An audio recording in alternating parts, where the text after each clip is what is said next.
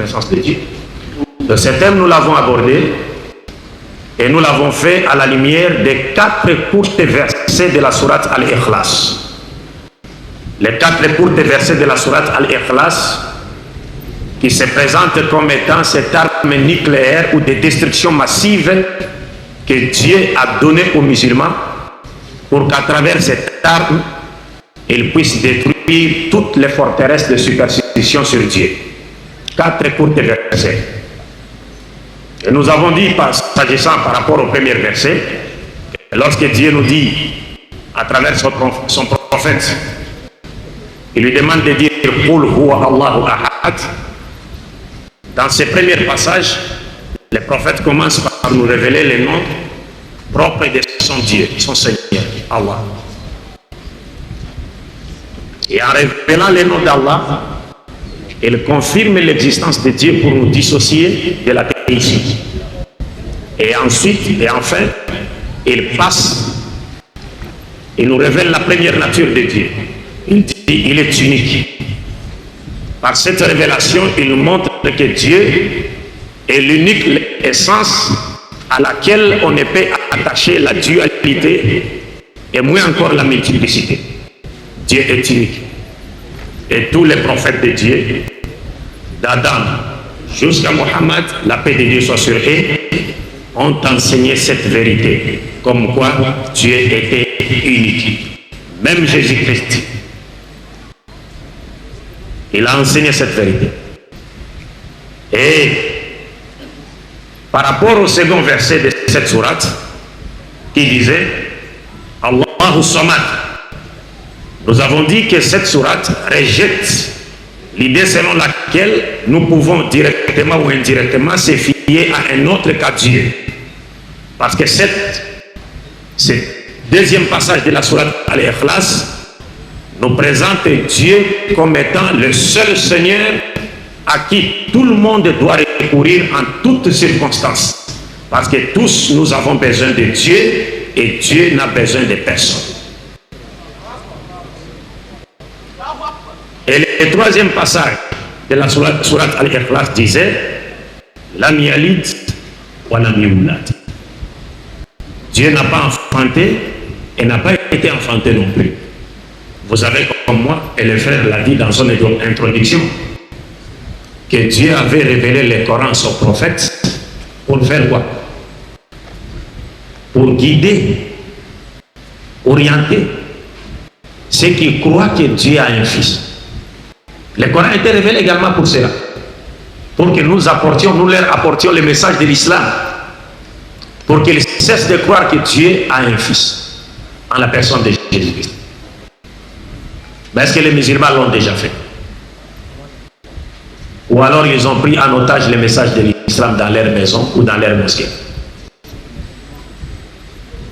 Parce que c'est un verset du Coran qui nous demande de le faire.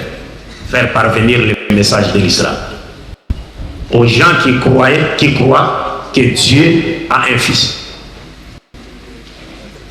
Alors nous avons dit que ce troisième passage de la sourate Al-Ikhlas rejette d'abord la croyance de ceux qui attribuaient à Dieu des filles et des garçons, comme les Égyptiens, les Babyloniens, les Grecs et les Romains, qui croyaient que Dieu avait des filles et des garçons. Et nous avons dit que chez les Romains, vous trouverez tout un conteneur de filles et de fils de Dieu. Chez les Romains. Puis, le même verset rejette la croyance des Arabes polythéistes qui croyaient que Dieu n'avait que des filles. Et enfin, le même verset rejette la doctrine chrétienne de la filiation divine de Jésus-Christ, laquelle doctrine consiste à croire que Dieu aurait un fils unique en la personne de Jésus-Christ.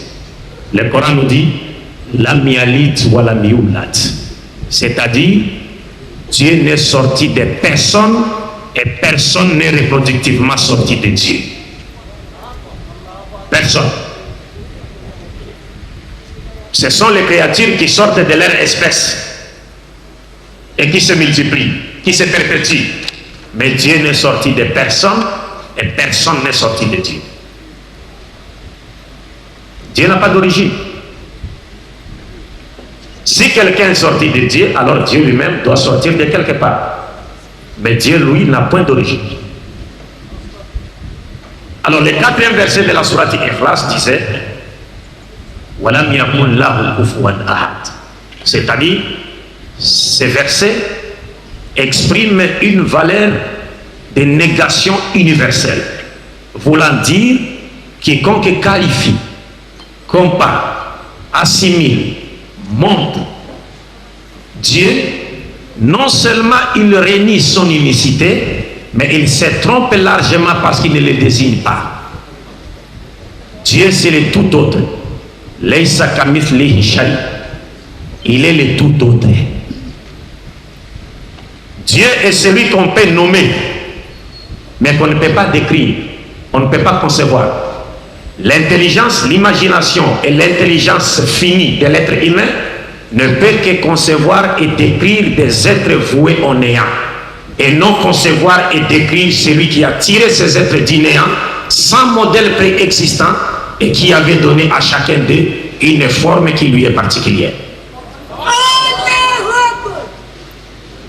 Et nous avons conclu ce jour-là en disant, à la lumière de la sourate, l'esprit théologique de la sourate Al-Ikhlas, que toute personne dont la croyance en Dieu est infectée par l'une des déviations dénoncées et réfutées dans la sourate Al-Ikhlas doit considérer sa croyance et ses actions comme étant nulles aux yeux de Dieu. وَالَّذِينَ كَفَرُوا أَعْمَالَهُمْ كَسَرَابٍ بِقِيعَةٍ يَحْسَبُهُ الظَّمْآنُ مَاذَا؟ مَاءً. Dieu nous dit dans les Saint-Coran, les œuvres de ceux qui ont mécru sont comparables à l'eau du mirage. Vous voyez le mirage, nous l'avons dit, quand il fait chaud dans une zone désertique, n'est-ce pas? Et même ici sur place, vous regardez, vous vous mettez au centre d'une rue, vous allez voir comme si là devant il y a de l'eau. Et si vous vous rapprochez, trouverez-vous de l'eau? Non. Alors Dieu frappe cette parabole dans le Saint-Coran. Il dit ceux qui ont mécru, qui n'ont pas reconnu Dieu à sa juste valeur, toutes leurs actions sont comme du mirage. Ils pensent qu'après la mort, ils trouveront quelque chose auprès de Dieu. Mais Dieu dit, ils ne trouveront rien, ils me trouveront moi, et je les jetterai aussitôt en enfer. Et lors de la deuxième conférence, nous avions abordé le thème intitulé « L'humanité sera-t-elle sauvée par Jésus-Christ ou par Muhammad ?» Bible et Coran sur table, le débat est clos. Nous n'avions pas eu assez de temps pour aller en profondeur, parce qu'on avait connu un petit retard. Mais dans l'avenir, Inch'Allah, si Dieu le veut, vous aurez des cassettes ou des CD, n'est-ce pas, dans lesquels nous allons aborder tous ces thèmes d'une manière classique. Et ces CD seront destinés, n'est-ce pas, aux différentes chaînes islamiques, Inch'Allah, dans le monde, Inch'Allah. Donc, au cours de ce thème, nous avions dit ceci: pour que Jésus-Christ ou Muhammad soit reconnu comme étant le messager de Dieu par qui l'humanité tout entière sera sauvée, il faut nécessairement que Jésus ou Muhammad, l'un des deux, réunisse en lui 5 critères. 5 critères, sans lesquels il ne pourra en aucune manière être considéré comme étant le messager de Dieu par qui l'humanité tout entière sera sauvée. Rapidement, nous avons dit que le premier critère, c'est qu'il faut que nous fournissions un témoignage de Dieu où il déclare explicitement avoir envoyé Jésus-Christ ou Muhammad à l'humanité tout entière. Ça, c'est le premier critère. Parce que nous avons dit que cette question divise les chrétiens et les musulmans. Lorsqu'on pose la question de savoir l'humanité sera-t-elle sauvée par Jésus-Christ ou par Muhammad, les chrétiens répondent aussitôt en disant c'est par Jésus. Et les musulmans tirent les drapes de leur côté en disant c'est Muhammad. Mais moi personnellement, quand j'entends cela, je dis non. Insensé est l'homme qui répond avant d'avoir écouté Proverbe chapitre 18 verset 13. C'est ce que disait le prophète Salomon, insensé est l'homme qui répond avant d'avoir écouté. Et je me suis dit qu'un bon point de départ pour connaître quelqu'un consiste à l'interroger pour savoir ce qu'il dit de lui-même. Cela étant, si nous voulons connaître qui de Jésus-Christ ou l'humanité sera-t-elle sauvée par Jésus ou par Mohammed, ce que nous devons faire, c'est quoi? C'est de trouver les témoignages, d'abord un de Dieu, qui a choisi Jésus et Mohammed, qui les a inspirés, puis les a envoyés. Et puis en deuxième position, nous devons fournir les témoignages de Jésus-Christ lui-même et aussi les témoignages de qui? De Mohammed. Parce que personne d'entre nous ne pourra être plus éloquent que Dieu, Jésus-Christ et Mohammed pour nous départager sur cette question. Personne. Donc nous avons dit le premier critère, c'est qu'il fallait que Dieu déclare explicitement avoir envoyé, c'est-à-dire qu'il avait envoyé, il déclare qu'il a envoyé Jésus-Christ ou Mohammed à l'humanité tout entière. Et le deuxième critère était Jésus-Christ ou Mohammed devrait confirmer le caractère universel de sa mission en déclarant ouvertement que Dieu l'a envoyé à l'humanité tout entière. Le troisième critère, Jésus-Christ ou Mohammed devait confirmer le caractère universel de sa mission en ayant de son vivant et pendant son ministère des disciples appartenant à d'autres nations que la sienne, dans son entourage, de son vivant et pendant son ministère. Parce que nous avons dit, il serait inconcevable avec la raison raisonnante que l'on puisse nous dire Jésus ou Mohammed est le messager de Dieu envoyé à l'humanité tout entière lorsqu'on le voit dans son entourage que des disciples appartenant à d'autres nations. S'il a été effectivement envoyé à l'humanité tout entière, il devrait avoir à côté de lui des disciples appartenant à d'autres nations que la sienne pour confirmer le caractère universel de sa mission. Le quatrième critère, c'est que Jésus-Christ ou Mohammed devait encore confirmer le caractère universel de sa mission en invitant les gens des autres nations à croire en lui dès son vivant et pendant son ministère. Et enfin, le cinquième critère était, c'est-à-dire pour que Jésus ou Mohammed soit reconnu comme étant le messager de Dieu envoyé à l'humanité tout entière et par qui l'humanité tout entière sera sauvée, il fallait encore que Jésus ou Mohammed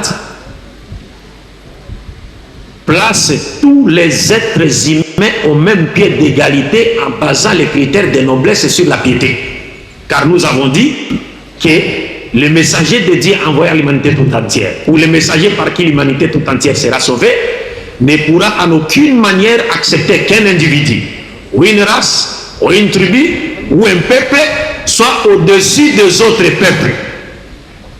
Il ne peut pas accepter ça. Donc il devait placer tous les êtres humains au même pied d'égalité. Et nous avons trouvé en conclusion, nous avons trouvé que c'est Muhammad sallallahu alayhi wa sallam qui avait réuni tous ces critères en sa personne. Et cela, aucun chrétien ne nous contredira jusqu'à la fin des temps. Inch'Allah. Parce que nous l'avons fait chez nous. Ici, il n'y a pas de chrétiens. Vous avez quelques chrétiens ici qui se débrouillent. Il n'y a pas de chrétiens. Parce que le centre, la Kaaba du christianisme en Afrique, c'est la RDC. La Kaaba du christianisme en Afrique, c'est la RDC. Et puis il y a le Nigeria et l'Afrique du Sud. Mais la RDC, c'est la Kaaba du christianisme. Vous avez derrière la Kinshasa ou derrière où vous trouvez 80 églises chrétiennes. Donc ici, il n'y a rien. C'est-à-dire, nous, chez nous, derrière nos maisons, il y a toujours des églises. N'est-ce pas? Donc la Kaaba du christianisme, c'est la RDC. Mais la Kaaba du christianisme, c'est la RDC, mais là-bas, aucun pasteur ne s'est en sorti devant un musulman. Et même s'il venait accompagné d'Iblis lui-même, ils ne sortiront jamais vainqueurs tant que l'islam c'est la vérité. Ils ne sortiront jamais vainqueurs tant que l'islam sera véridique, à moins que l'islam soit faux. Mais si l'islam est vrai, alors jamais on ne vaincra un musulman jusqu'à la fin des temps, à moins que ce musulman soit ignorant, c'est-à-dire qu'il ignore sa religion. Donc nous avons dit que tous ces critères, c'est le prophète Mohammed sallallahu alayhi wa sallam qui les avait réunis, n'est-ce pas, en sa personne. Je vais rapidement, et le troisième point, lors de la troisième conférence, nous avions abordé les thèmes, oui, Mohammed sallallahu alayhi wa sallam est dans la Bible. Nous avions formulé les thèmes de manière affirmative pour montrer qu'il n'y a pas de débat. Et ici, j'ai regretté un peu parce que je ne suis pas allé vraiment en profondeur. C'est un thème qui n'exige pas beaucoup d'acrobatie intellectuelle, bien sûr, mais c'est vraiment, je ne me suis pas vraiment retrouvé dans mon assiette. Pourquoi dans mon assiette? Parce qu'il n'y avait pas en face de moi un contradicteur. C'est comme si j'étais en train de me faire passer donc pour quelqu'un qui se dit boxeur, mais il n'est jamais monté sur un ring. Il passe son temps derrière sa maison en donnant des coups sur un sac. Parce qu'il n'y avait pas de Vous comprenez? Mes chers frères et sœurs, nous devons être fiers d'être musulmans. Inch'Allah. Donc nous avons démontré sur base de deux prophéties tirées du livre de Daniel, le prophète Daniel, Nabiullah Daniel, qui est cité dans les Qisas al-Anbiya de Ibn Kathir, rahimahullah. Il est cité dans les Qisas al-Anbiya, Nabiullah Daniel, et ces prophéties, quelques-unes de ces prophéties sont également citées dans les Qisas al-Anbiya, et les ulémas reconnaissent que ces prophètes-là avaient annoncé l'avènement de l'islam et du prophète Mohammed et aussi la victoire de l'islam sur toute religion inventée par l'esprit de l'homme païen. Et enfin, aujourd'hui, nous nous retrouvons avec notre dernier thème, par la grâce de Dieu. Doit-on célébrer la Noël et la Saint-Sylvestre? Mais avant cela, j'ai promis de dire quelque chose sur la responsabilité de l'étudiant musulman.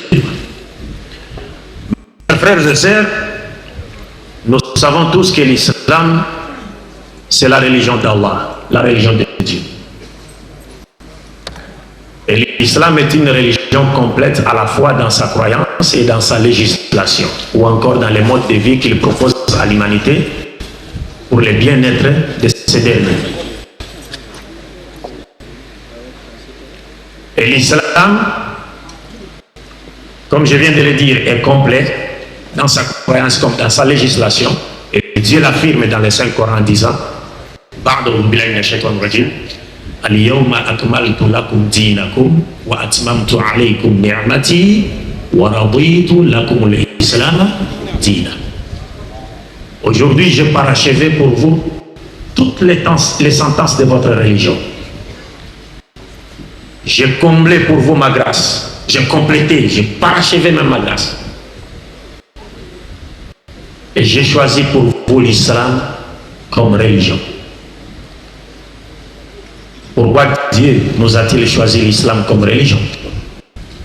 Parce que mes chers frères et sœurs, si Dieu nous a choisi l'islam comme religion, parce que l'islam est la seule religion qui a été prêchée par tous les prophètes de Dieu, d'Adam à Mohammed sallallahu alayhi wa sallam. Tous les prophètes de Dieu furent des musulmans. Et lorsque nous disons que tous les prophètes de Dieu furent des musulmans, ça ne veut pas dire qu'ils étaient adeptes de Mohammed sallallahu alayhi wa sallam. Non. C'est-à-dire, ça veut dire que c'était des gens qui se soumettaient à la volonté de qui? De Dieu. Tous les prophètes de Dieu étaient des musulmans.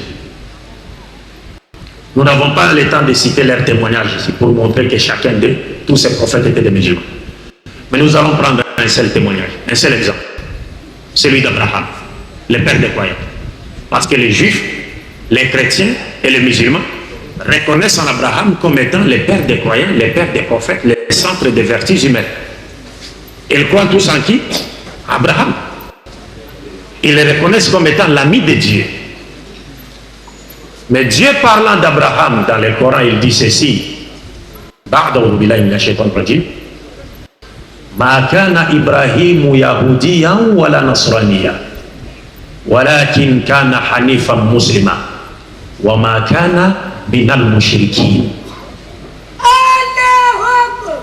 Dieu dit, Abraham n'était ni juif, ni chrétien. Mais il était Hanifan musulman.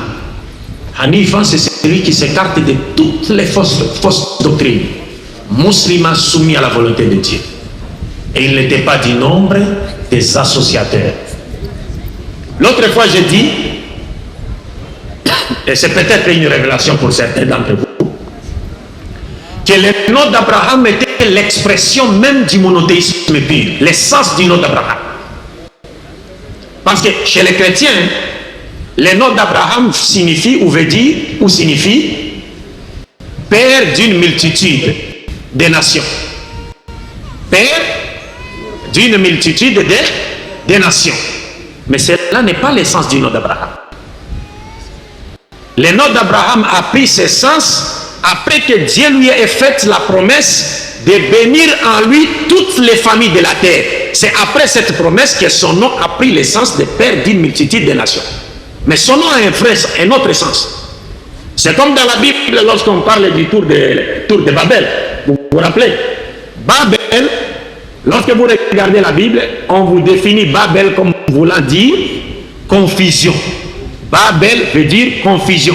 Parce que c'est à Babel, à Babylone, que Dieu avait confondu le langage des humains. Mais en réalité, Babel en araméen ne veut pas dire confusion.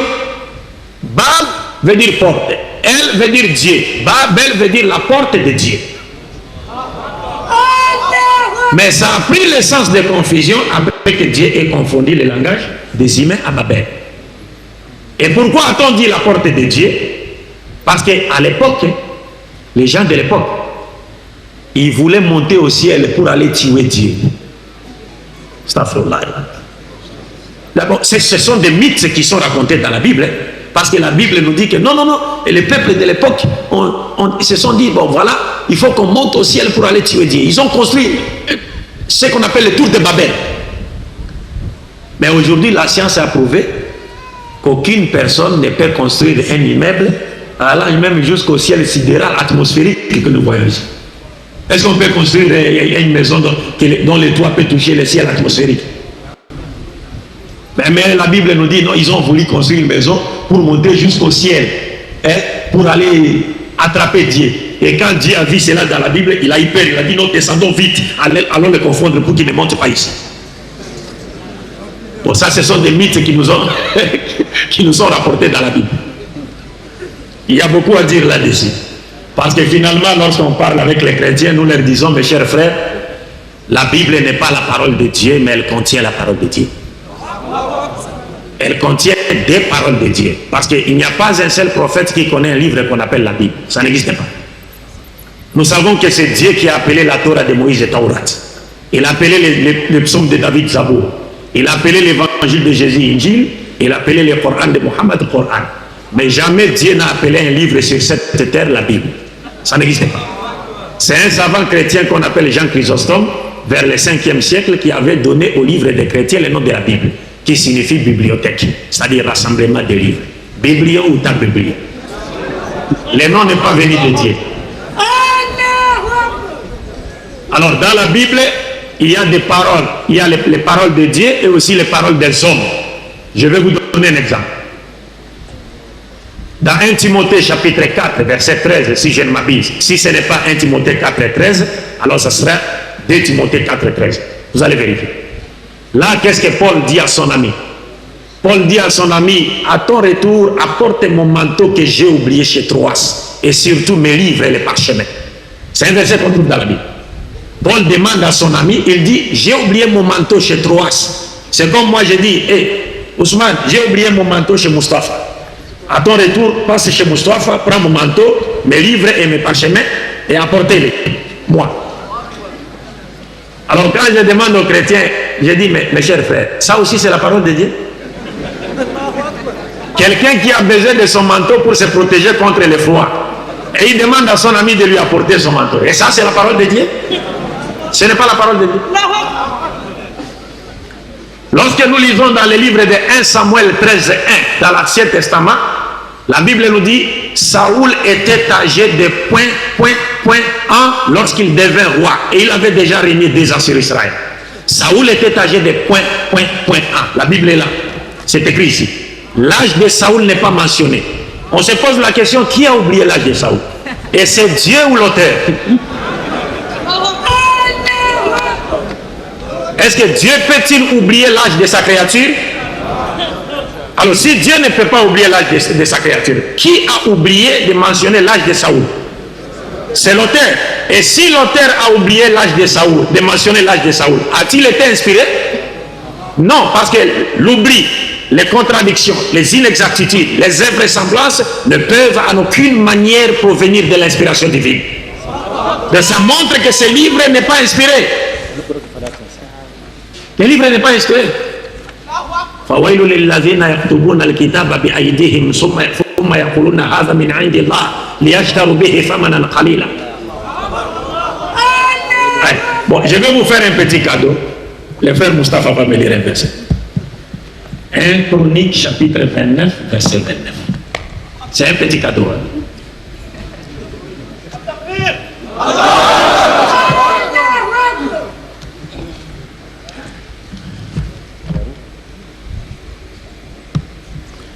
Un Chronique chapitre 29 verset 29. Rapidement mon frère. 1 Chronique chapitre combien? Tenez le micro. 1 Chronique 29 verset 29. Chapitre 29 verset 29. 29. Vous êtes sur 1 Chronique. C'est déjà 23. Regardez le verset 29. Quelque part. Verset 29. Verset 29, il dit ceci. Rapprochez le microphone. Le verset 29 dit ceci. Les actes du roi David, les premiers comme les derniers, se trouvent écrits dans les actes de Samuel le voyant, dans ceux du prophète Nathan et dans ceux de Gad le voyant, ainsi que tout son règne et sa puissance et les épreuves qui se sont abattues sur lui, sur Israël et sur tous les royaumes du pays. Ça va. Et il y a 3 livres qui sont cités dans ces versets. Lisez maintenant la note S, la note explicative S en bas. Qu'est-ce qui est dit? On dit 29, Rapprochez le microphone de votre. 29 dit ceci. Voir 1 Samuel 9, acte de Samuel, Nathan, Gad. Les 3 ouvrages mentionnés dans ce verset sont perdus. Vous avez compris? Donc on nous parle de 3 livres écrits par des prophètes, mais les chrétiens eux-mêmes reconnaissent, ils disent en bas, les 3 livres mentionnés dans ces passages sont perdus. Et je peux vous faire voir plus de 50 livres perdus. Mais malgré cela, les gens continuent à croire que ce livre est entièrement la parole de Dieu, dit de bien la fin. Nous disons non, elle contient des paroles de Dieu, mais elle n'est pas la parole de Dieu, dit de bien la fin. Alors revenons à nos moutons en disant que le nom d'Abraham, le père des croyants, en langue akkadienne, la langue de l'ancienne, l'antique Irak, parce que Nabi Ibrahim fut un Irakien, il était irakien. Le nom Abraham, en langue akkadienne, lui au départ il ne s'appelait pas Ibrahim ou Abraham, mais il s'appelait plutôt Ibra. Ibra, en langue akkadienne, veut dire refuser. Il y avait un grand dieu idole que le peuple d'Abraham adorait, qui s'appelait Hima.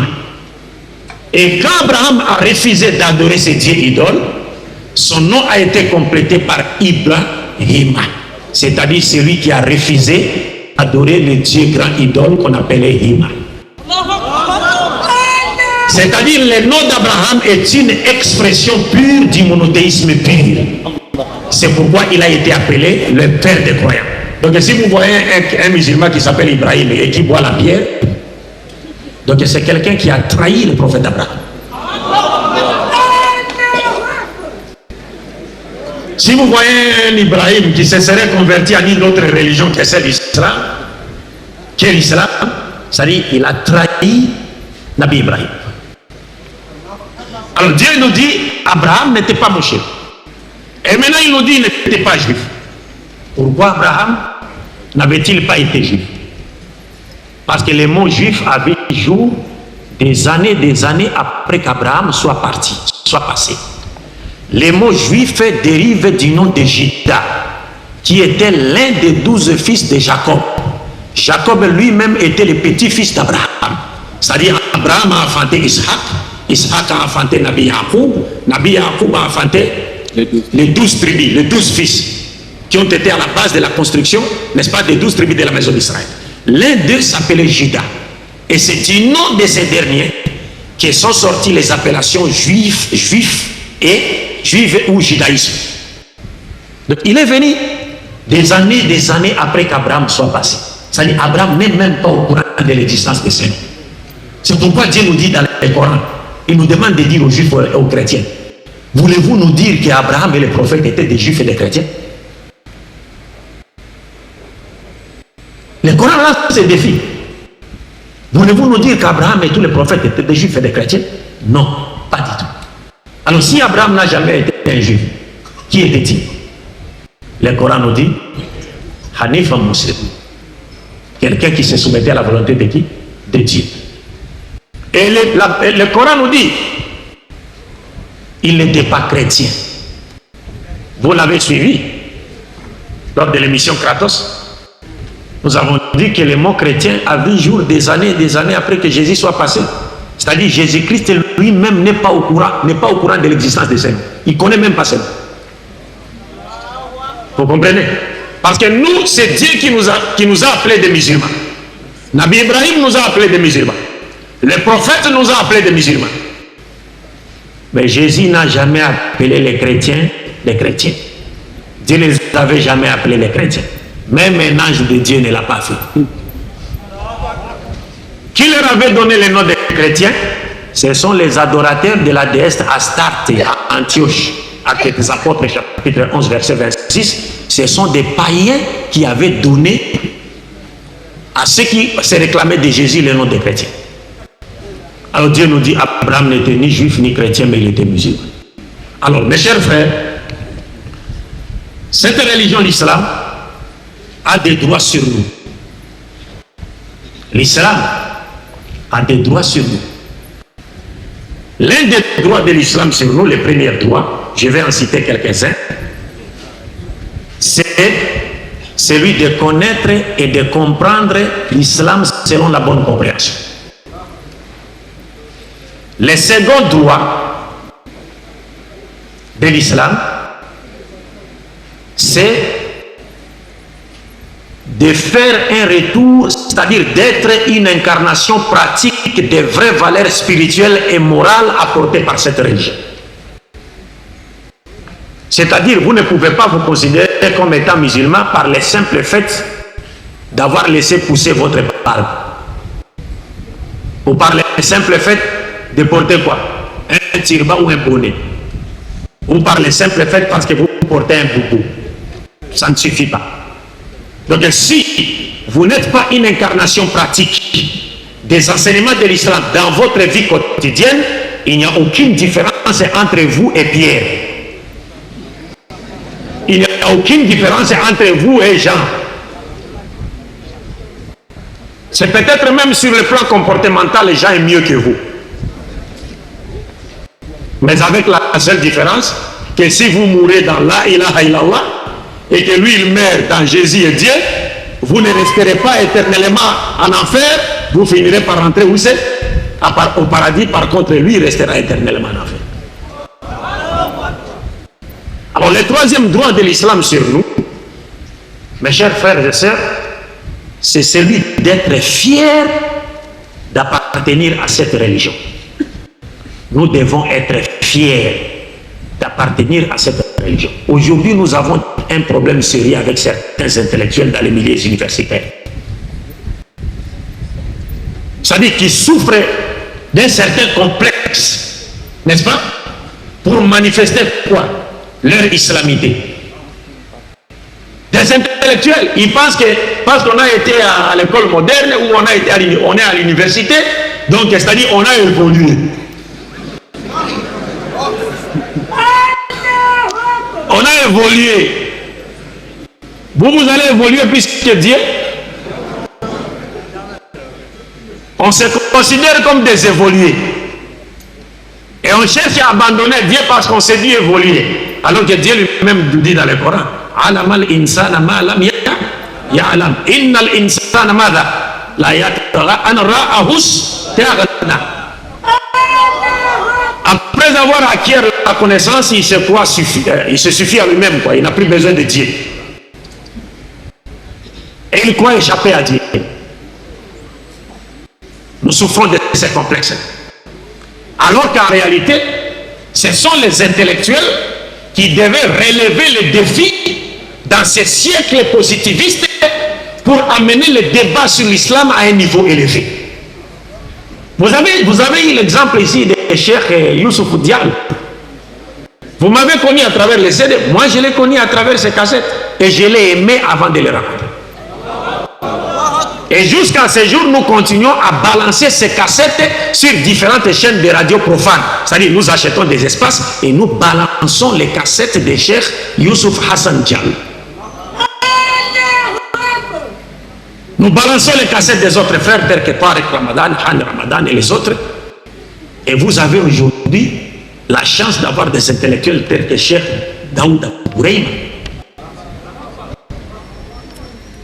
Des gens qui vous expliquent l'islam en exploitant les langages de notre temps. C'est ce dont nous avons besoin pour le moment. C'est ce que nous avons besoin pour le moment. Si vous terminez l'université, mes chers frères, vous savez, l'islam est en train de vivre un moment difficile. Un moment qui est l'objet de la prophétie, c'est-à-dire l'accomplissement des prophéties faites par le prophète Mohammed sallallahu alayhi wa sallam. Et pour que nous relevions la tête ou le défi dans ce moment-ci, à cette époque-ci, moi je pense personnellement que c'est vous, les intellectuels, n'est-ce pas, qui pourraient faire cela. Parce que vous ne constituez pas seulement l'avenir de ces pays sur le plan temporel. Vous devez également constituer l'avenir de ces pays sur le plan spirituel.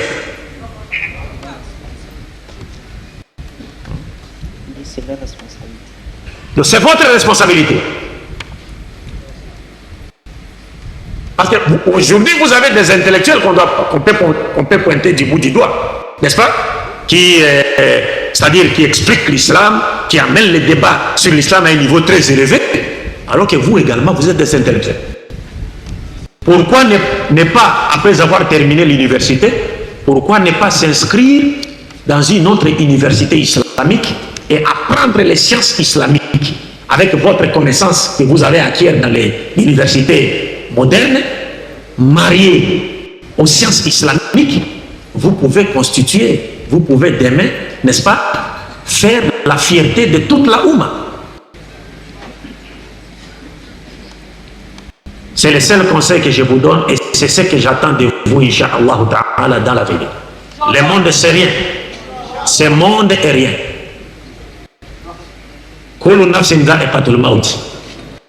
Tous nous mourrons. L'autre fois, je vous ai dit, même ici, là où nous sommes, nous savons tous qu'ici, là où nous sommes, personne d'entre nous ne dépassera 100 ans.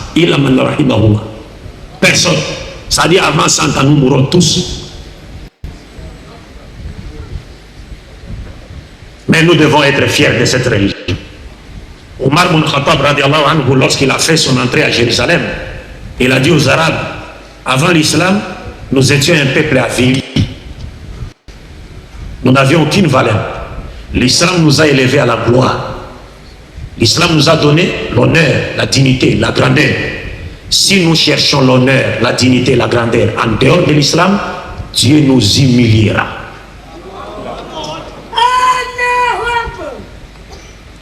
Vous voyez aujourd'hui avec nos frères dans le monde arabe, comment ils sont humiliés. Le gouvernement arabe. Israël peut faire monter ses avions, aller tuer les Palestiniens, et les gens sont là. Regarde. Ils se contentent de faire quoi? D'aller reconstruire ça. Et puis Israël vient encore. Il casse encore tout. Et qu'est-ce que les Arabes se contentent de faire? D'aller reconstruire. Pourquoi? Parce qu'ils ont cessé de parler au nom de l'islam. Maintenant, ils parlent au nom de Khimatul Arab. Khimatul Arab. Khimatul Arab. Quel crime? Mais, et ce sont les Arabes. Nous ici, nous ne parlons pas au nom des Arabes. nous parlons au nom de l'islam et des musulmans. Et parlant du destin de l'islam et des musulmans, le prophète a dit la taqumusa hatta yaqtulul muslimuna al-yahuda. Inch'Allah. Alors, certains aujourd'hui pensent, même au niveau universitaire, que nous ne nous en sortirons jamais sans l'Occident. Pour être fort, avoir la dignité, l'honneur, il faut être avec qui? L'Occident. Pourtant, Dieu nous dit quoi dans le Coran?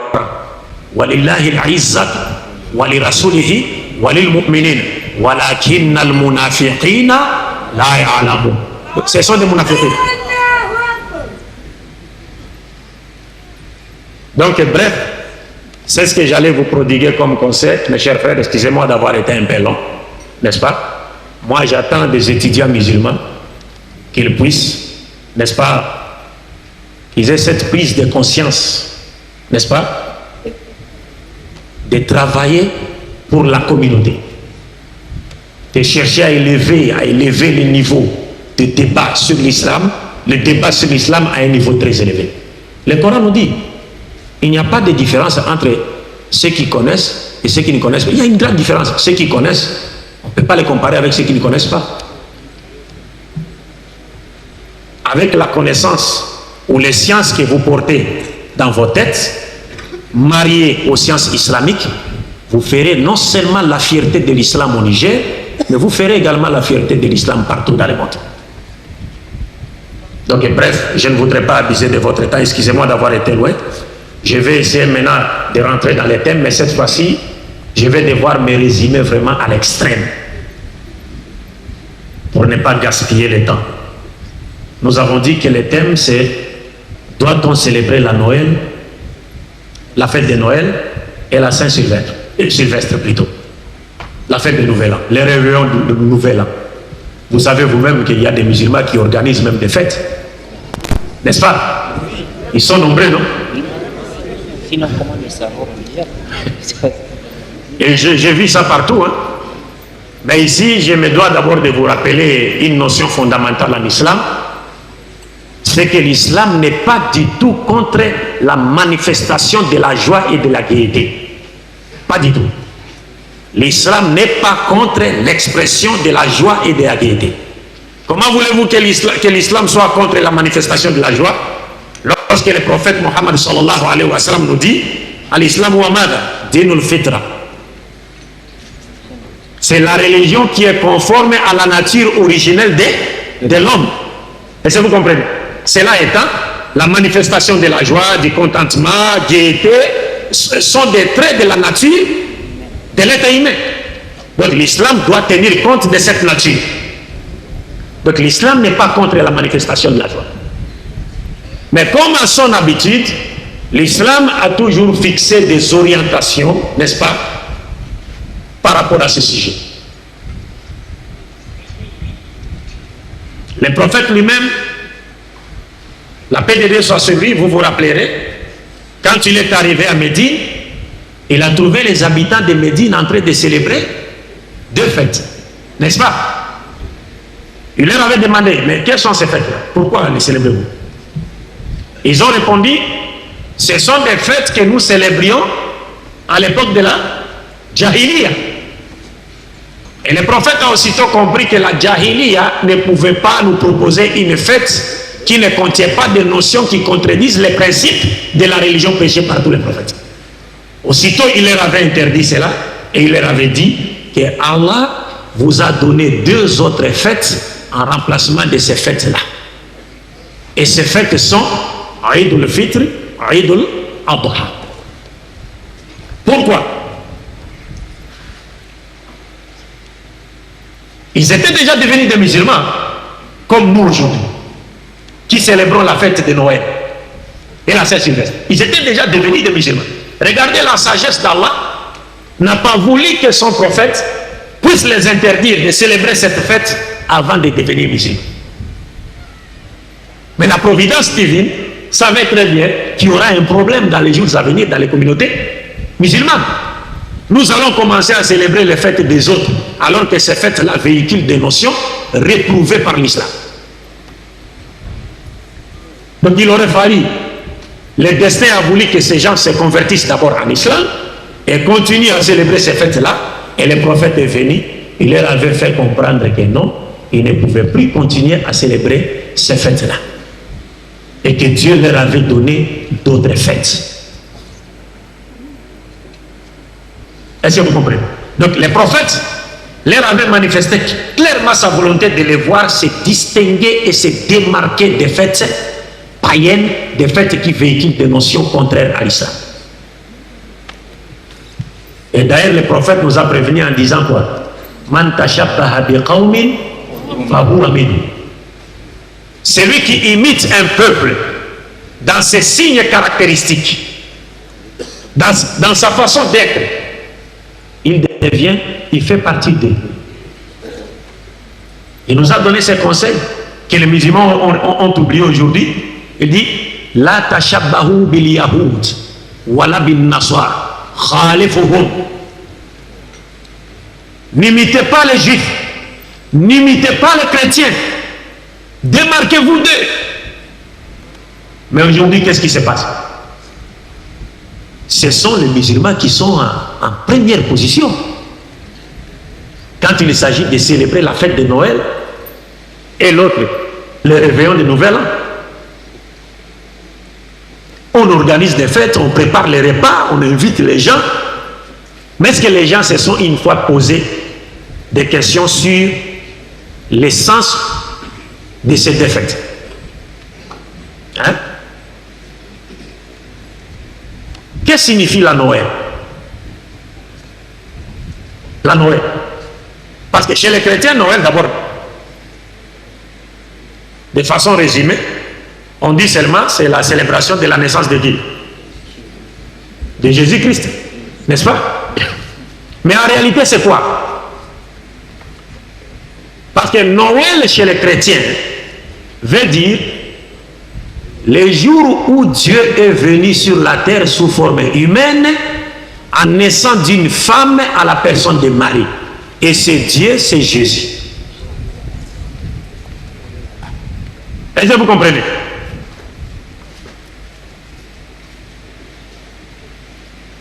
Les Romains célébraient la fête, la naissance de leur Dieu soleil le 25 décembre. Parce que Jésus-Christ n'est pas né le 25 décembre. Ça aussi, les gens doivent le savoir. Jésus-Christ n'est pas né le 25 décembre. Il n'est même pas né à l'an 0 de notre calendrier. Parce que ce calendrier ici n'a pas commencé avec l'an 0. Parce qu'on nous dit que des fois les chrétiens nous disent, vous savez, est-ce qu'il y a un prophète, n'est-ce pas? Et les gens se sont basés sur les jours de sa naissance pour calculer le temps. Et ils nous citent Jésus. Pourtant, Jésus même n'est pas né à l'an 0.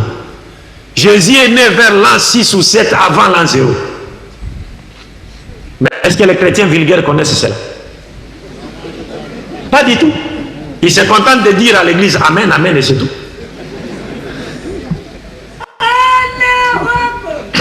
Mais les pasteurs connaissent cette vérité. Jésus n'est pas né à l'an 0. Le moine Denis le Petit, qui a établi la date de la naissance de Jésus, lui-même existait vers le 4e et 5e siècle. Comment voulez-vous que quelqu'un qui existe au 4e siècle ou au 5e siècle puisse connaître les jours de la naissance d'une personne qui existait avant ce siècle? C'est comme dans le Coran, dans son chapitre 18, versets 50 à 51. Dieu nous dit, même Iblis lui-même, il n'a pas été témoin du jour où il a été créé.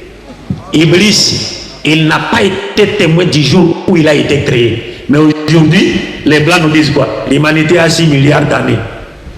L'humanité a 6 millions d'années d'âge. 6 milliards d'années d'âge. 6 millions. Vous n'avez pas été là-bas quand il a créé l'humanité.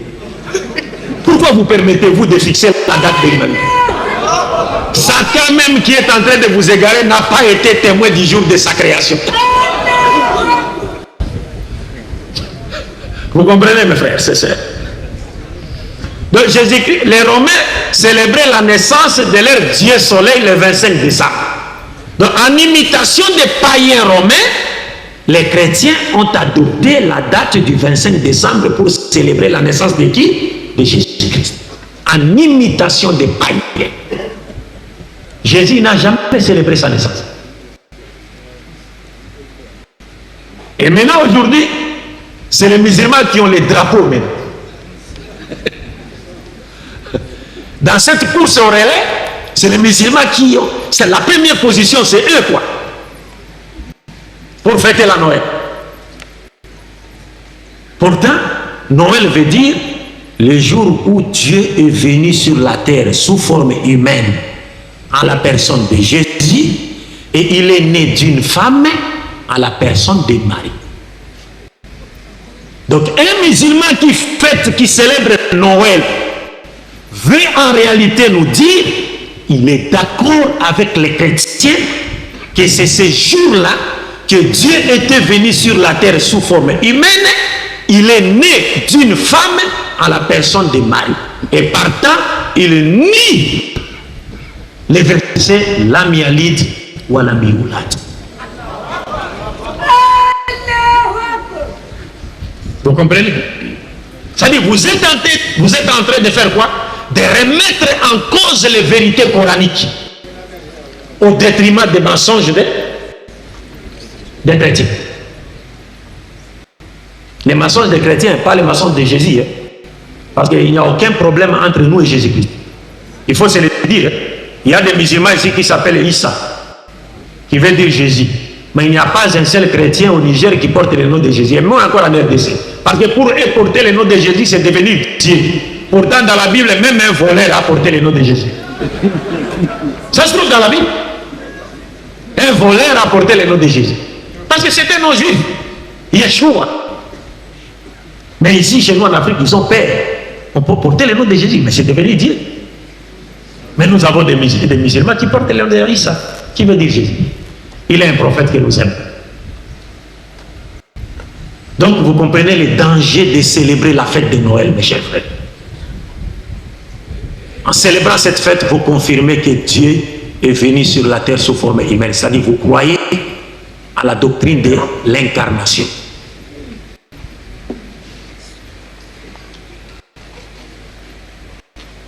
Et maintenant la Saint-Sylvestre, le nouvel an.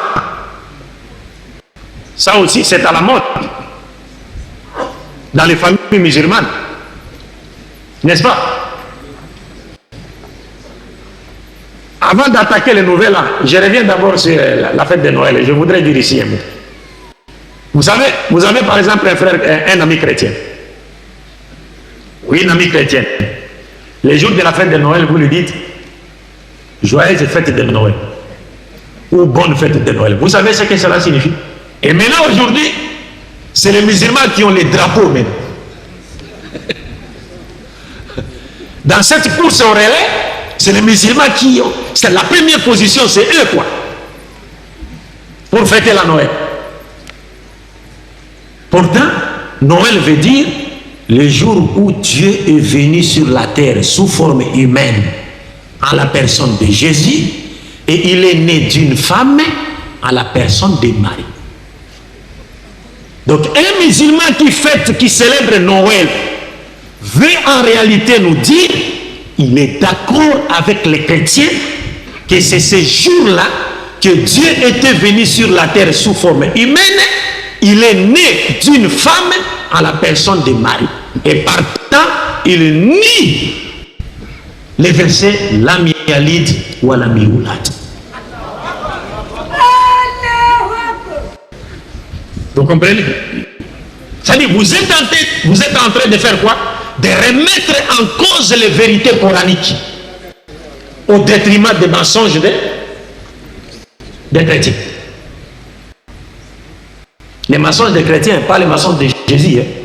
Parce qu'il n'y a aucun problème entre nous et Jésus-Christ. Il faut se le dire. Hein? Il y a des musulmans ici qui s'appellent Issa, qui veut dire Jésus. Mais il n'y a pas un seul chrétien au Niger qui porte le nom de Jésus. Et moi encore en RDC. Parce que pour eux, porter le nom de Jésus, c'est devenu Dieu. Pourtant, dans la Bible, même un voleur a porté le nom de Jésus. Ça se trouve dans la Bible. Un voleur a porté le nom de Jésus. Parce que c'est un nom juif. Yeshua. Mais ici, chez nous en Afrique, ils ont peur. On peut porter le nom de Jésus, mais c'est devenu Dieu. Mais nous avons des musulmans qui portent le nom de Issa, qui veut dire Jésus. Il est un prophète qui nous aime. Donc vous comprenez le danger de célébrer la fête de Noël, mes chers frères. En célébrant cette fête, vous confirmez que Dieu est venu sur la terre sous forme humaine. C'est-à-dire vous croyez à la doctrine de l'incarnation.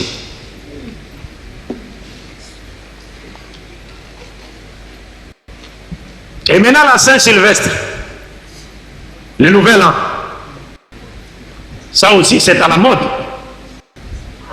dans les familles musulmanes, n'est-ce pas? Avant d'attaquer le nouvel an, je reviens d'abord sur la fête de Noël. Je voudrais dire ici un mot. Vous savez, vous avez par exemple un frère, un ami chrétien. Oui, un ami chrétien. Les jours de la fête de Noël, vous lui dites joyeuse fête de Noël ou bonne fête de Noël. Vous savez ce que cela signifie? Hein? Mais c'est grave ça. C'est comme si tu étais en train de dire à quelqu'un qui est en train d'adorer une idole. Hein? Bonne fête, du courage, allez-y, continue.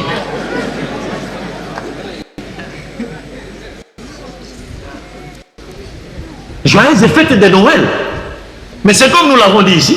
Donc vous êtes d'accord avec lui que Dieu est venu sur la terre sous forme humaine et que ce Dieu-là est Jésus-Christ. Donc s'il n'est pas Dieu, il est le Fils de Dieu. Vous êtes d'accord avec lui. Et puis vous vous retournez après, vous prenez votre Coran, vous commencez à lire. Qul huwa Allahu ahad, Allahu samad, lam yalid wa lam yulad, wa lam yakul lahu kufuwan ahad.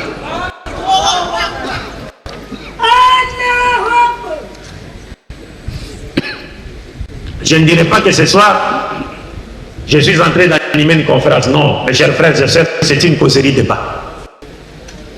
C'est simplement une causerie débat. N'est-ce pas? Alors, quant à la fête du Nouvel An, la Saint-Sylvestre, vous voyez, c'est la Saint-Sylvestre. Sylvestre, c'est le nom d'un homme.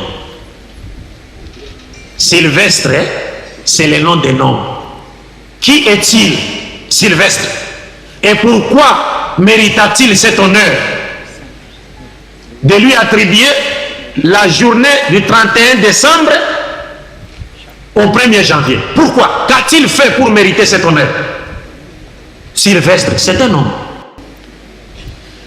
Qui est-il?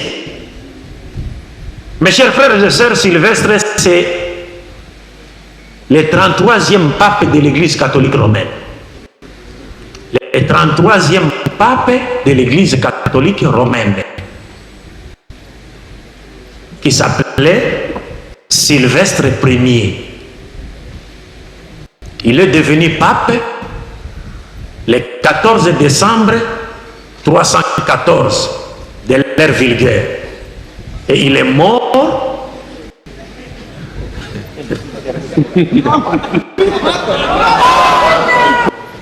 et le 33e pape de l'Église catholique romaine. Il est né un 31 décembre, le 13 décembre 314, si je ne m'abuse, 13 ou 14 décembre 314 de l'ère vulgaire.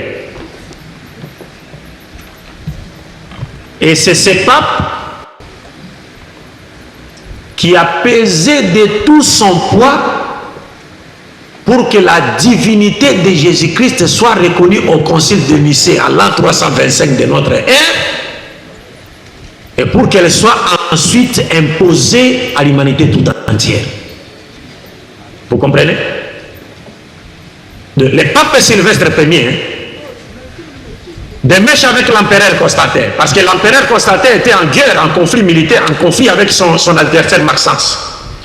Et il y a la grande majorité des païens dans l'antique empire romain étaient avec son adversaire. Constantin n'avait pas vraiment beaucoup de partisans. Maintenant, Constantin avait eu besoin du suffrage chrétien. Il avait besoin des chrétiens, n'est-ce pas, pour l'aider à triompher sur son adversaire. Mais comme Constantin était encore païen, qu'est-ce qu'il a fait pour avoir les chrétiens? Il s'est réveillé un jour le matin, il a organisé, il a convoqué les chrétiens et il leur avait dit: Dieu m'a fait voir ce soir dans un rêve, il m'a montré une croix et il a dit: par cette croix tu vaincras. Vous comprenez? C'est comme aujourd'hui un président kafir, il se réveille le matin dans un pays à consonance musulmane. Il nous dit, Dieu m'a fait voir dans un rêve cette nuit, il m'a montré le Coran et il m'a dit que si je m'attachais au Coran, je vaincrais tous mes ennemis. Qu'est-ce qu'on va dire? Takbir, qu'est-ce qu'on va dire? Mais on va dire, c'est fini. Dieu vient de choisir qui? Le président. Donc nous devons le soutenir. C'est ce que Constantin a fait. C'était un grand politicien. Il savait très bien qu'en faisant cela, comme la croix était l'expression séculière de l'église chrétienne, c'était le symbole du christianisme, en disant cela aux chrétiens, tous les chrétiens qui étaient persécutés par des empereurs romains verront à Constantin leur sauveur. C'est ainsi ils se sont alliés plutôt à qui? À l'empereur Constantin le Grand. Et effectivement, Constantin a eu le dessus sur Maxence, il est devenu l'empereur fou de l'Empire romain. Mais il continuait à adorer son Dieu soleil au lieu de se convertir au christianisme. Et il avait sa bague de Dieu soleil. Et celui qui avait imposé aux chrétiens la journée de dimanche. Les chrétiens ne se reposaient pas le dimanche. Le repos du dimanche n'est pas biblique. Nulle part la Bible ne demande aux chrétiens de se reposer le dimanche. C'est l'empereur Constantin qui nous a imposé le dimanche. Parce que c'était le jour où il adorait son Dieu soleil. C'est pourquoi le dimanche est appelé en anglais Sunday, le jour du soleil. C'est-à-dire le jour où on adorait le Dieu soleil. Et voilà qu'aujourd'hui le dimanche est imposé même aux musulmans. Alors que les Chinois continuent à travailler tous les jours. Tous les jours ils travaillent. Et comment voulez-vous vous développer si vous ne travaillez pas? Et dans certains pays en consonance musulmane, les gens se reposent même les samedis, alors que les samedis n'est réservé qu'aux juifs. Donc nous sommes à la fois des musulmans, des juifs et des chrétiens.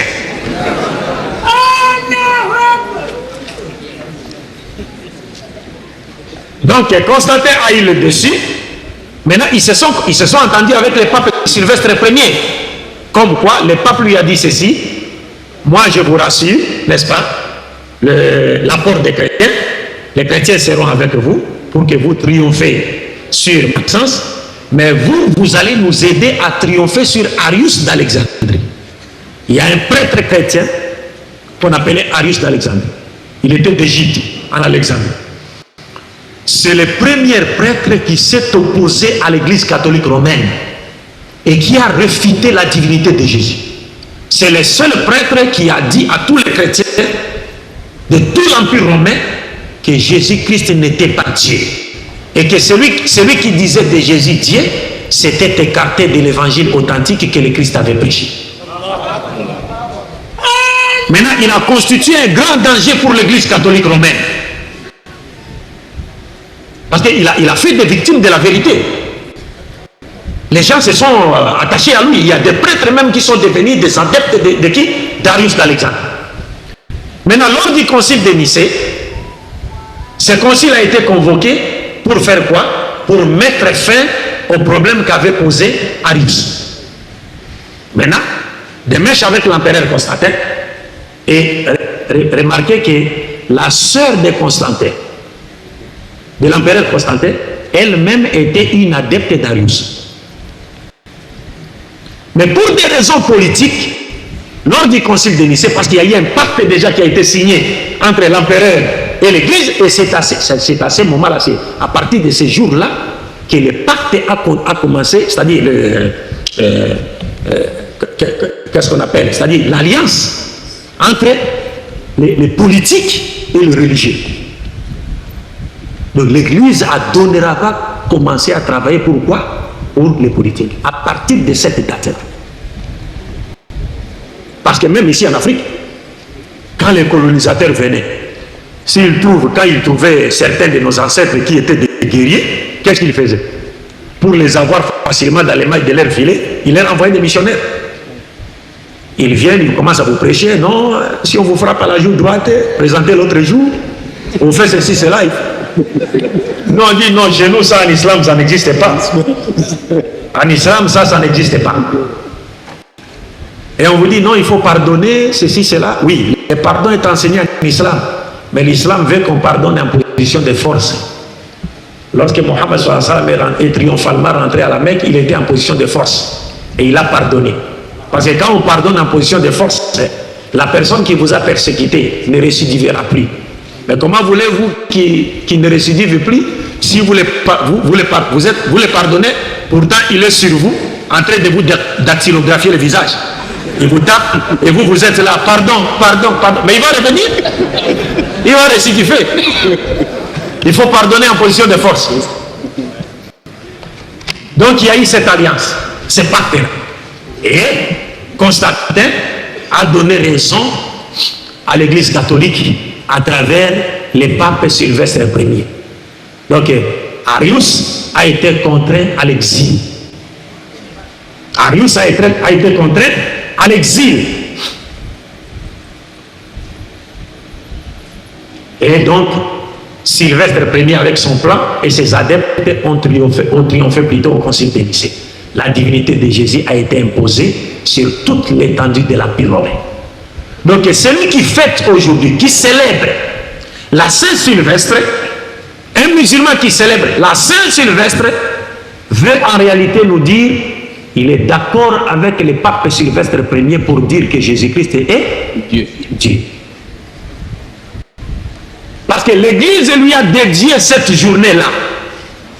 C'est en reconnaissance des efforts que Sylvestre Ier avait fournis pour que la divinité de Jésus soit imposée au concile de Nicée. Donc celui qui célèbre cette fête est d'accord avec Sylvestre Ier. Voyez comment ces fêtes véhiculent des notions réprouvées par l'islam. Les prophètes, je voudrais conclure, les prophètes Mohammed et ses apôtres ont trouvé la fête de Noël et la fête de Saint-Sylvestre. Ils les ont trouvées. Parce que ces deux fêtes ont vu jour avant l'avènement de notre prophète Mohammed. Donc s'il y avait quelque chose de bon dans ces deux fêtes, les prophètes nous auraient ordonné de faire quoi? De les célébrer. Mais il ne l'a jamais fait. Mais nous sommes venus après. Nous l'avons fait pourquoi? C'est en imitation des chrétiens. Et c'est la prophétie de notre prophète Mohammed. Parce qu'il nous a annoncé à 10 ans, il arrivera un moment où nous imiterons les juifs et les chrétiens pas par pas. Est-ce que vous comprenez? Le prophète nous a annoncé cela. Il arrivera un moment où nous imiterons les juifs et les chrétiens pas par pas. Nos femmes cherchent à s'habiller comme leurs femmes, n'est-ce pas? Nos hommes cherchent à s'habiller, à se comporter comme leurs hommes. Cela est arrivé aujourd'hui. Or, le prophète Mohammed, vous savez, relativement à nos sœurs qui sont là, vous savez ce que le prophète a dit? Et c'est pourquoi parfois, souvent, je demande aux imams de nous parler souvent des prophéties de notre prophète qui se sont réalisées. Wallahi Billah, il y a un livre là où on trouve les Nubuat, l'Abbé Mohammed, les choses qu'il avait annoncées. Oh non. Si vous prenez connaissance de ces prophéties-là, elles vont raffermir votre foi. Regardez, le prophète Mohammed nous dit, il arrivera un moment, les femmes seront vêtues, mais elles seront pourtant nues. Vous comprenez ça? Les femmes seront vêtues, mais elles seront pourtant nues. Ici, mes chers frères et sœurs, vous ne voyez rien. Ici, là, dites Alhamdulillah Rabbil Alamin. Vous ne voyez rien. Mais chez nous, il y a toutes sortes, même au sein de l'église. Et des pasteurs sont tombés. Wallahi billah.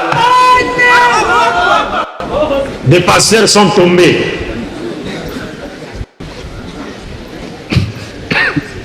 Un frère saoudien qui nous a visité en RDC, il a dit, un musulman qui s'attache à l'islam dans ce pays, quelques années plus tard, il deviendra un wali.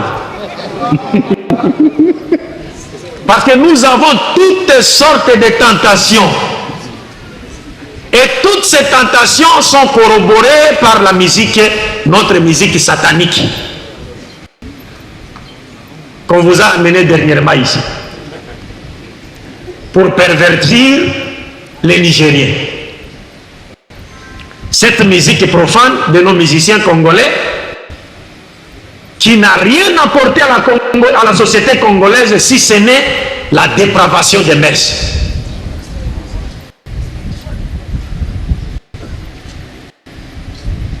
Vous comprenez? Donc nous concluons en disant, mes chers frères et sœurs, nous devons être fiers d'appartenir à cette religion qu'on appelle l'islam, et nous devons, dans les limites de notre capacité, chercher à vivre notre religion dans notre vie quotidienne pour que nous ne constituions pas une barrière entre l'islam et ceux qui voudraient embrasser cette religion. Je dis et je vous remercie. Wa sallallahu ala sayyidina Muhammad wa ala alihi wa ashabihi wa ala jami' anbiya wal mursalin walhamdulillahi rabbil alamin. Nous allons prendre quelques questions. Parce que des fois ça fait pas plus de 5. Jusque-là, je n'ai pas de site internet. Mais si vous voudriez avoir des informations sur les religions comparées, vous pouvez consulter le site www.aimer-jésus.com. Aimer Jésus. www.aimer-jésus.com. Aimer la Aimer. Infinitif. ER avec ER. aimerjésus.com. Bon, il y a un autre blog, c'est pour l'un de mes étudiants en France, Islam P. Écrivez carrément sur Google, l'article de recherche, Islam P. Là, c'est-à-dire il y a beaucoup d'articles, et aussi des réponses aux shubhat, aux attaques des chrétiens basées sur le Coran et les traditions prophétiques. Islam P. Inch'Allah. Alors, dans le même ordre d'idée, une question relative à comment perfectionner ses études en religion comparée et quelle référence pouvez-vous donner? Avant toute chose, moi je préfère quoi d'abord? Parce que le Coran nous dit Alladhina yu'minuna bima unzila ilayka wa ma unzila min qablik. C'est-à-dire nous devons commencer d'abord par le Coran. Avant de se lancer dans les études de religion comparée, il serait mieux qu'on commence d'abord par le Coran, qu'on maîtrise d'abord le Coran, qu'on maîtrise d'abord les sciences islamiques, pour qu'on ait une connaissance ne serait-ce que moyenne, n'est-ce pas, des sciences islamiques. Et après, on pourra marier avec quoi? Avec la Bible et les autres. Donc pour le moment, il n'y a pas d'école proprement dite qui offre cette formation. Il y en avait en Égypte, parce que je revenais d'Égypte. Là, je fais 3 ans et j'ai étudié à l'Académie islamique à l'Idirasat al-Milal ou al-Adiyan. Mais juste après notre promotion, l'école a été fermée. L'école a été fermée, bon, les sionistes, des histoires, c'est un peu long. Mais avec l'aide de Dieu, Inch'Allah, je crois que l'école va encore ouvrir ses portes, Inch'Allah. Donc, mais vous pouvez toutefois suivre des cours par correspondance. Nous allons, Inch'Allah, peut-être avec le comité des étudiants ici, nous organiser, je vais leur remettre certaines adresses et toute personne qui s'intéresse à l'étude de région comparée, n'est-ce pas, pourra s'inscrire et puis suivre des cours par correspondance. Mais je mets un accent, avant tout, il faut commencer par les connaissances islamiques, le Coran, connaissances islamiques. Parce qu'il ne faudrait pas...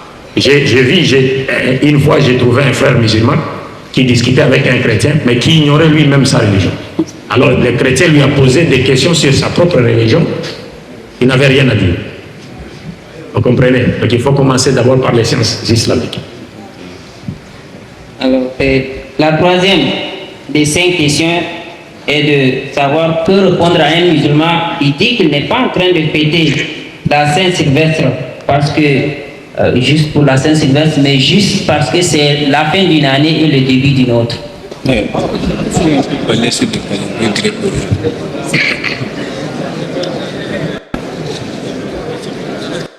Merci beaucoup. Il faut parler sur le calendrier grégorien, montrer que c'est même pas Jésus qui a fait ça. Non, c'est simple. C'est simple. D'ailleurs, nous devons savoir une chose, nous rappeler une chose. Pourquoi fête-t-il? Pourquoi célèbre-t-il cette fête? Qu'est-ce qu'il a avancé devant Dieu qui lui pousse de célébrer cette fête? Qu'est-ce qu'il a fait? Qu'est-ce qu'il a avancé devant Dieu qui le pousse à célébrer cette fête? Vous célébrez quoi? Le début d'une année? C'est-à-dire que Dieu va vous ajouter encore 20 ans de plus ou 30 ans de plus? Ou alors c'est l'âge qui diminue? Vous fêtez quoi? Parce que si vous deviez vivre 50 ans, quand une nouvelle année arrive, il y a une année qui saute. N'est-ce pas? Bon, vous fêtez quoi alors? Donc nous sommes des musulmans. Étant des musulmans, nous ne faisons rien, n'est-ce pas? Nous ne pouvons célébrer une fête que si cela nous a été recommandé par notre religion. Est-ce que vous comprenez? Parce que si nos prédécesseurs n'ont pas célébré ces fêtes-là, pourquoi nous allons nous mettre à célébrer ces fêtes? Et voyez-vous, le fait que ces fêtes véhiculent des notions retrouvées par l'islam, vous verrez que c'est ces deux jours-là, c'est-à-dire les jours de la fête de Noël et les jours de la fête du réveillon de Nouvel An, c'est ces deux jours-là où tous les péchés que Dieu et ses prophètes ont interdits sont commis. Ces deux jours. Partout dans le monde. C'est-à-dire, toutes les armées du diable sont en alerte rouge. Toutes les armées du diable, ces deux fêtes-là. Mais par contre, c'est un peu différent avec la fête de Eid al-Fitri et Eid al-Adha, où l'esprit des gens est souvent, n'est-ce pas, influencé par la spiritualité, par la bonne moralité. Mais ce n'est pas ces jours-là. Nous le savons nous-mêmes. Donc c'est nous qu'on met. Alors, dans le même panier de fêtes, à quoi renvoie la Saint-Valentin? Ben moi, cet enchaînement de questions autour de la Saint-Valentin montre que les gens en tiennent vraiment. C'est une réalité chez nous. Oui, je sais, c'est une réalité chez vous, mais ça ne peut pas être une réalité chez vous plus que chez nous. Parce que nous sommes les maîtres dans ce domaine. Mais malgré cela, nous, ça ne nous intéresse pas. N'est-ce pas? On vous dit carrément que si le prophète Mohammed sallallahu alayhi wa sallam avait interdit à ses apôtres à Médine de continuer à célébrer deux fêtes qu'il célébrait à l'époque de la Jahiliya, c'est parce que ces fêtes-là véhiculaient des notions qui étaient contraires aux principes de l'islam. Donc la fête de Noël comme la fête de Saint-Valentin, ce sont des fêtes qui véhiculent des notions qui sont contre l'islam. Donc nous n'avons aucune raison de les célébrer. Si nous voulons fêter, nous voulons manifester notre joie, notre gaieté, attendons le Eid al-Fitr et Eid al-Adha. Si vous voulez, si vous achetiez, si vous offriez des cadeaux à vos enfants les jours de la fête de Noël ou Saint-Sylvestre, attendez Eid al-Fitr et Eid al-Adha. Achetez des cadeaux et offrez-les à vos enfants. C'est-à-dire, donnez à vos enfants, donnez un sens à vos fêtes islamiques. Donnez à vos enfants le goût, n'est-ce pas, de célébrer leurs fêtes, pour que la différence s'établisse entre nous et les mécréants. Alors, la cinquième des 5 questions. Hein? C'est toujours la Saint-Sylvestre? Non.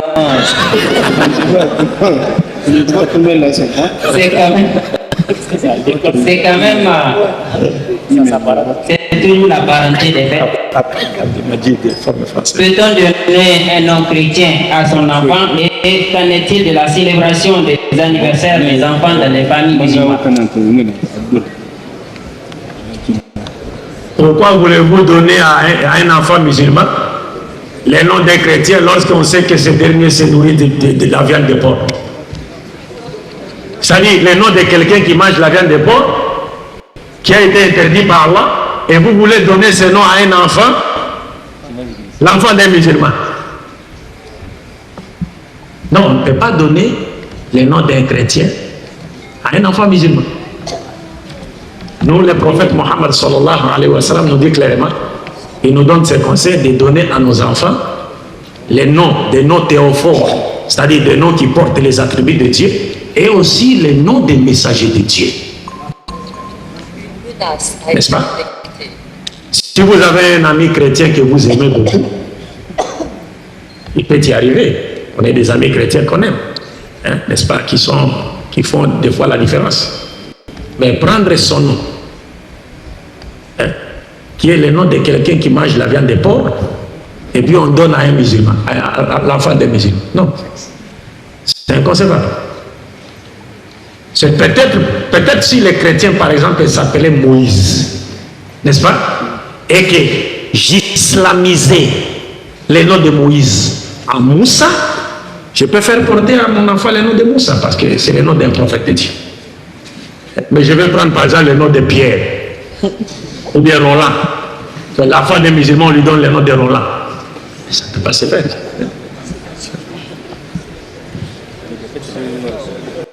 Oui, les anniversaires, chef. Oui. La célébration des anniversaires. En islam, on ne célèbre pas l'anniversaire, les jours de sa naissance. Nous avons vu avec le prophète Mohammed sallallahu alayhi wa sallam, les jours de sa naissance, il gênait. Les jours de sa naissance, il a gêné en signe de reconnaissance à Dieu. Et il n'a pas gêné, il n'a pas regardé l'année. Non, non, voilà la différence. Les prophètes gênaient les jours de sa naissance, c'est-à-dire les lundis. Les lundis. Il n'a pas entendu une date quelconque au cours de l'année, et puis il dit, bon, par exemple, c'est le 14 mai, bon, je vais gêner. Non, non, il n'a pas fait ça. Donc, laqad kana lakum fi rasulillahi uswatun hasana.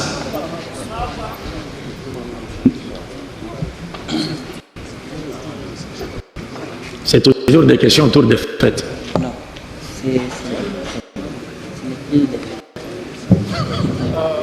c'est de donner exceptionnellement la définition des termes suivants: Père avec grand P, Pape, Pasteur et Alléluia. Et c'est la dernière question. C'est le tiré là après quoi? Père, Pape, Pasteur, Alléluia. Bon, nous sommes au temple du savoir, comme l'a dit mon frère Moustapha, mais j'ai constaté que vos questions ne me font pas bouger. C'est-à-dire, vos questions ne me poussent jamais à faire sortir la petite connaissance que Dieu m'a donnée. Bon, ce sont des questions seulement auxquelles... C'est-à-dire des petites questions, quoi. Et souvent des questions qui tournent autour des fêtes. Parce que les gens aiment les fêtes au Niger. Alors, Père, si c'est par rapport à la Bible, si c'est par rapport à la Bible, nous devons de reconnaître que la Bible a utilisé les termes Père pour parler de Dieu. Mais dans les textes originaux en hébreu, les termes utilisés ne veut pas dire Père dans le sens de géniteur, mais plutôt dans le sens de Seigneur. En hébreu. C'est-à-dire, c'est comme le père dans une maison, dans une famille, et il prend soin de sa petite famille, n'est-ce pas? Il assure sa survie, la nourrit, lui donne tout. Ainsi, Dieu, dans le langage biblique, est considéré comme étant un père qui prend soin de nous. Est-ce que vous comprenez? Ça, c'est dans la terminologie biblique. Mais ce terme n'a pas existé dans les textes originaux, les anciens textes.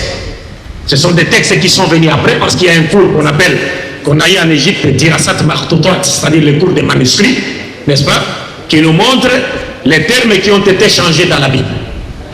Et les termes qui étaient utilisés dans les textes originaux et qui ont été remplacés aujourd'hui par d'autres termes. Donc ce terme de père n'a jamais figuré dans les textes originaux, mais dans le langage biblique, il voudrait simplement dire celui qui prend soin de sa création. Dieu est comparable à un père, n'est-ce pas? Mais c'est un terme qui n'est pas islamique. Qui n'est pas islamique. Les musulmans n'ont pas le droit d'utiliser ce terme pour parler de qui? De Dieu. Pas du tout. Ça, c'est un terme il est de la coutume des chrétiens, n'est-ce pas, d'utiliser ce terme. Mais Jésus-Christ lui-même a montré D'après la Bible actuelle, c'est-à-dire Père ne veut que dire Dieu. Alhamdulillah. Donc le Père ne veut que dire Dieu, bibliquement. Parce que Jésus-Christ a dit, n'appelez personne sur la terre votre Père, car vous n'avez qu'un seul Père, celui qui est dans les cieux. Et ne vous faites pas appeler directeur, vous n'avez qu'un seul directeur, le Christ Jésus, qui vous dirige vers qui? Vers le Père. Ça, c'était à l'époque de Jésus-Christ. C'est comme nous l'avons dit à l'émission Kratos. Jésus a dit, je suis le chemin, la vérité et la vie. Nul ne va au Père que par moi. Il est le chemin, mais il n'est pas la destination. Et il était le chemin à son époque. Parce que chaque prophète à son époque respective est le seul chemin qui mène vers Dieu.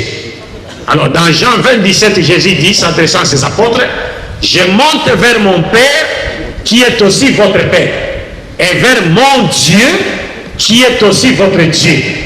Donc même dans les textes originaux en hébreu, parce que Jésus ne parlait pas le grec, il parlait l'hébreu. Dans les textes originaux en hébreu, le terme utilisé est Seigneur. Donc je monte vers mon Seigneur qui est votre Seigneur, et vers mon Dieu qui est votre Dieu. Le deuxième terme, c'était quoi? Papa. Oui, papa veut dire père aussi. C'est comme papa. N'est-ce pas? C'est comme papa. Donc lui, il est le père spirituel des chrétiens catholiques. Mais il y a d'autres chrétiens qui n'acceptent pas ce titre-là. Et il lui cite le verset que je venais tantôt de citer dans Matthieu chapitre 23, verset 9 à 10, où Jésus-Christ dit, n'appelez personne sur la terre votre Père. Donc ils disent, le pape aussi ne mérite pas d'être appelé pape, qui veut dire Père. Parce que c'est comme s'il a usurpé le droit de Dieu, conformément à cet enseignement de Jésus qu'on trouve dans la Bible actuelle. C'est-à-dire, appeler le pape pape reviendrait à dire que le pape lui-même est qui? Est Dieu. Mais le pape ne se considère pas comme étant Dieu. Parce que lui, il est dit, il est vicarius filii Dei. C'est-à-dire, il est le représentant du Fils de Dieu en la personne de qui? En la personne de Jésus-Christ. Donc le pape veut simplement dire Père, Papa, dans le sens spirituel du terme, c'est-à-dire celui qui donne la parole. Il est le Père spirituel. Donc il nourrit spirituellement les gens. N'est-ce pas? Ben, le pasteur, c'est comme l'imam. Le pasteur, c'est comme l'imam. Le pasteur, c'est comme un berger. Hein? De même que le berger garde son troupeau, veille sur son troupeau, ainsi les responsables de l'église sont appelés des pasteurs parce qu'ils veillent sur les troupeaux qui est constitué de croyants qui se réclament de qui? De Jésus-Christ. Donc il est comme un imam. Bon, Alléluia, c'est un mot hébraïque. Alléluia. Aya, c'est le diminutif du nom de Dieu en hébreu. Le tétragramme Yod, He, Waw, He, qu'on lit Yehowa ou bien Yahoua. Alléluia veut dire louange à Dieu. Et l'équivalent de Alléluia, c'est Alhamdulillah en islam. Donc ça, c'est un terme qui a été utilisé par tous les messagers de Dieu dans la Bible. C'est comme notre formule de salutation qui est Assalam alaykum. Et le prophète nous dit Assalam ismun min asma'illahi ta'ala wa da'ahu Allah fil ardi fafshu baynakum. Assalam, c'est l'un des attributs de Dieu. Il a révélé cet attribut au monde pour que nous nous saluions par le terme Assalam. Et c'est la même formule de salutation qui était utilisée par les prophètes de la Bible. C'est pas comme pour les chrétiens, parce que les chrétiens aujourd'hui ils se saluent par les Alléluia, ou bien bonjour, ou bien bonsoir. Il y a même des frères musulmans qui, quand ils me voient, ils me disent bonjour, cher. Moi je dis, mais pourquoi vous me dites bonjour? Parce que bonjour veut dire que la journée soit bonne pour vous. Bonsoir veut dire que la soirée soit bonne pour vous. Mais moi, si j'ai des problèmes, vous me dites bonjour. Mais si vraiment je connais le sens de bonjour, c'est comme si vous étiez en train de m'insulter. Parce que connaissant mon problème, vous ne pouvez pas me dire bonjour. Parce que ma journée ne sera bonne que lorsque mon problème sera résolu. Bon, imaginez quelqu'un qui a raté un voyage la nuit. Il a raté un voyage. Il est arrivé à l'aéroport, finalement il a été démarqué. Et vous le trouvez chez lui à la maison, il est en colère parce qu'il a raté son voyage. Vous lui dites bonsoir. Le bonsoir veut dire que la journée soit bonne pour vous. Comment voulez-vous que, plutôt, la soirée soit bonne pour vous? Comment voulez-vous que la soirée soit bonne pour lui lorsque tout son système moral est infecté par le fait qu'il a raté son voyage? Donc ce n'est pas une forme de salutation pour les musulmans. Et puis ces deux formules de salutation se limitent dans l'espace et dans le temps. Par contre, assalamu alaikum n'est pas limité dans l'espace et dans le temps. Et ensuite, c'est une prière qu'on adresse à Dieu en faveur de la personne qu'on salue. Donc c'est la meilleure formule de salutation. Et quand nous lisons dans la Bible, dans Jean chapitre 20, verset 19, nous voyons Jésus-Christ pénétrer dans une maison où s'étaient réunis ses apôtres. Il leur avait dit quoi? Il leur avait dit Shalom lachem. Shalom lachem. La paix de Dieu soit avec vous. En arabe, assalamu alaikum. Mais maintenant, aller dans une église et saluer les gens, assalamu alaikum. Ils vont vous prendre, je ne sais pas pour qui. Pourtant, c'est la même formule de salutation qui a été utilisée par le Christ. Al-Fatiha. بسم الله الرحمن الرحيم الحمد لله رب العالمين الرحمن الرحيم مالك يوم الدين إياك نعبد وإياك نستعين إياك نعبد وإياك نستعين إياك نعبد وإياك نستعين اهدنا الصراط المستقيم صراط الذين أنعمت عليهم غير المغضوب عليهم ولا الضالين آمين. اللهم صل على محمد وعلى آل محمد وعلى جميع الأنبياء والمرسلين. اللهم ربنا لا تؤاخذنا إن نسينا أو أخطأنا. اللهم ربنا لا تؤاخذنا إن نسينا أو أخطأنا. اللهم ربنا لا تؤاخذنا إن نسينا أو أخطأنا برحمتك يا أرحم الراحمين. اللهم ربنا لا تجعلنا الموت إلا بعد تجعلنا من عبادك الصالحين. اللهم ربنا لا تجعلنا الموت إلا بعد تجعلنا من عبادك الصالحين. اللهم ربنا لا تجعلنا الموت إلا بعد تجعلنا من عبادك الصالحين برحمتك يا من أمره بين كاف ونون. اللهم ربنا رد أمة نبيك الحبيب ردا جميلا إلى دينها. اللهم ربنا رد أمة نبيك الحبيب ردا جميلا إلى دينها. اللهم ربنا رد أمة نبيك الحبيب ردا جميلا إلى دينها. اللهم ربنا انصر الإسلام والمسلمين وأعز الإسلام والمسلمين وارفع الإسلام والمسلمين وانتشر الإسلام في كل مكان ولو كره الكافرون والمشركون بحق يا من الذي أرسل رسوله بالهدى ودين الحق ليظهره على دين كله ولو كره الكافرون. اللهم ربنا بعيد بيننا وبين كل بلاء كما بعث بين المشرق والمغرب برحمتك يا حفيظ. اللهم ربنا بعيد بيننا وبين شر الناس والجن وفتنتهم كما بعث بين المشرق والمغرب برحمتك يا من الذي خلق السماوات والارض ولا يؤوده حفظهما وهو العلي العظيم.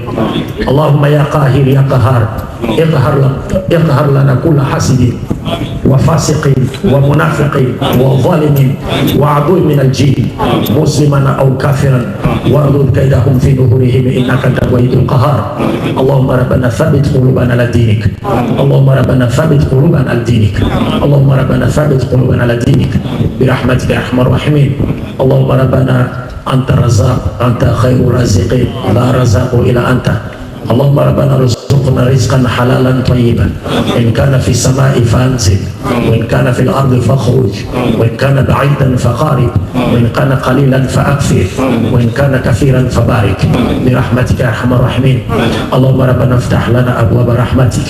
اللهم ربنا افتح لنا ابواب فضلك برحمتك يا ارحم الراحمين. اللهم ربنا في المسلمين والمسلمات والمؤمنين والمؤمنات الأحياء منهم والأموات برحمتك يا أرحم الراحمين. اللهم ربنا أنت شفيع لا شفاء إلا شفاؤك شفاء لا يغادر سقما. اشف الأمراض المسلمين والمسلمات والمؤمنين والمؤمنات برحمتك يا شفيع يا سلام يا خالق يا من الذي على كل شيء قدير. اللهم ربنا أنت السلام ومنك السلام. اجعل سلاما وأمانا في هذا البلد. اجعل سلاما وأمانا في هذا البلد. اجعل سلاما وأمانا في هذا البلد وافتح له أبواب خيرات من عندك برحمتك يا من خلق السماوات والأرض وما بينهما. صلى الله على سيدنا محمد وعلى آله وعلى جميع الأنبياء والمرسلين بفضله. سبحان ربك رب العزة عما يصفون وسلام على المرسلين والحمد لله رب العالمين.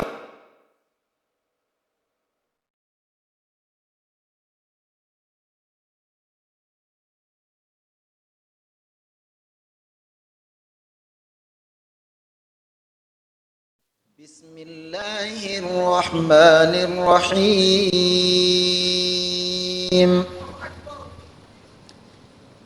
سبح لله ما في السماوات وما في الأرض وهو العزيز الحكيم يا أيها الذين آمنوا لم تقولون ما لا تفعلون كبر مقتا عند الله أن تقولوا ما لا تفعلون إن الله يحب الذين يقاتلون في سبيله صفا كأنهم بنيان مرصوص وإذ قال موسى لقومه يا قوم لم تؤذونني وقد تعلمون أني رسول الله إليكم فلما زاغوا أزاغ الله قلوبهم والله لا يهدي القوم الفاسقين